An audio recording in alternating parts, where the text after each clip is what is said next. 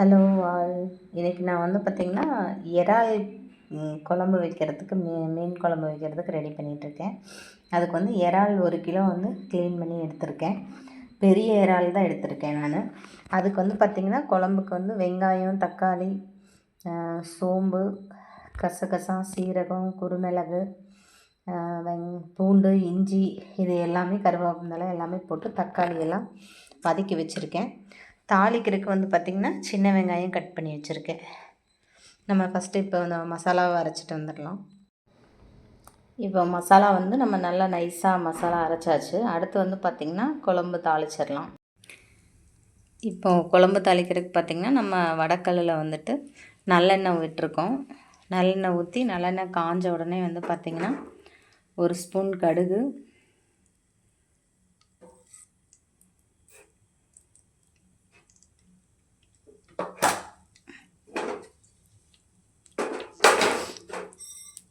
1/2 spoon வெந்தயம்,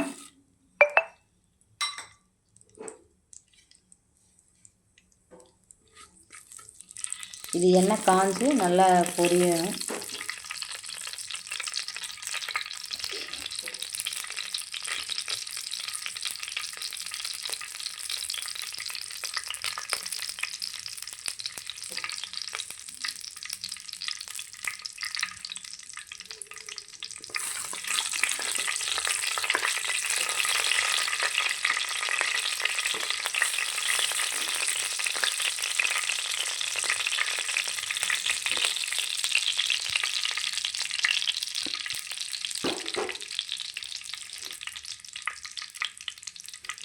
அதுக்கடுத்து வந்து பார்த்திங்கன்னா கருவேப்பிலை, அதுக்கப்புறமா சின்னதாக பொடிசாக கட் பண்ண சின்ன வெங்காயம் ஒரு 15,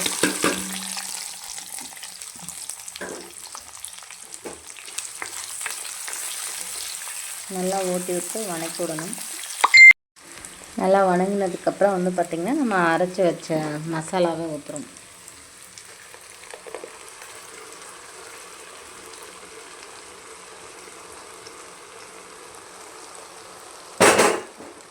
மசாலா ஊற்றிட்டு மசாலாவுக்கு வந்து தேவையான அளவு தண்ணி ஊற்றிக்கலாம்.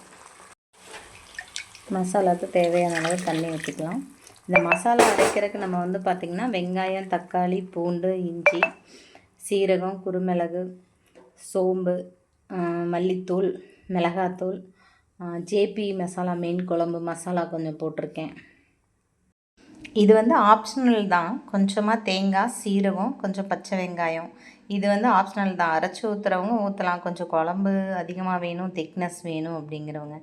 இல்லைன்னா நம்ம அந்த மசாலாவே நல்லா கொதித்ததுக்கப்புறம் இது பண்ணிக்கலாம். மசாலாலாம் பார்த்திங்கன்னா அப்படியே குழம்பு நல்லா கொதித்து எண்ணெய் பிரிஞ்சு வந்துடுச்சு. இப்போ வந்து நம்ம அந்த அரைச்ச தேங்காய், பச்சை வெங்காயம், சீரகம் அதை ஆட் பண்ணிக்கலாம்.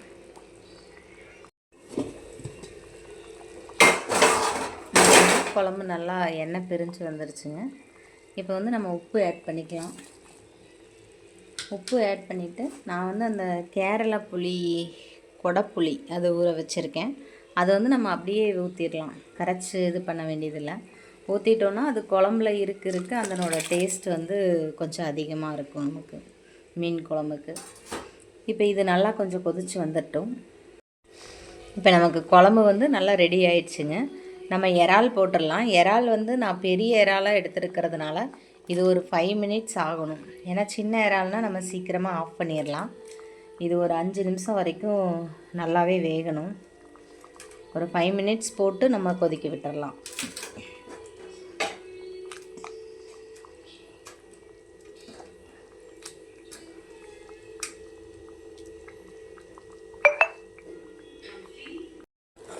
இப்போ வந்து அந்த 5 மினிட்ஸ் கொதிச்சாச்சு. இப்போ பார்த்திங்கன்னா அந்த புளியும் உள்ளே இருக்கிறப்ப நமக்கு அடுத்த நாள் சாப்பிட்றப்ப நல்லா டேஸ்ட்டாக இருக்கும். இறால் பாருங்கள் நல்லா வெந்துருச்சு. இறால் வந்து பார்த்திங்கன்னா நல்லா பூவாட்ட வெந்துருச்சு.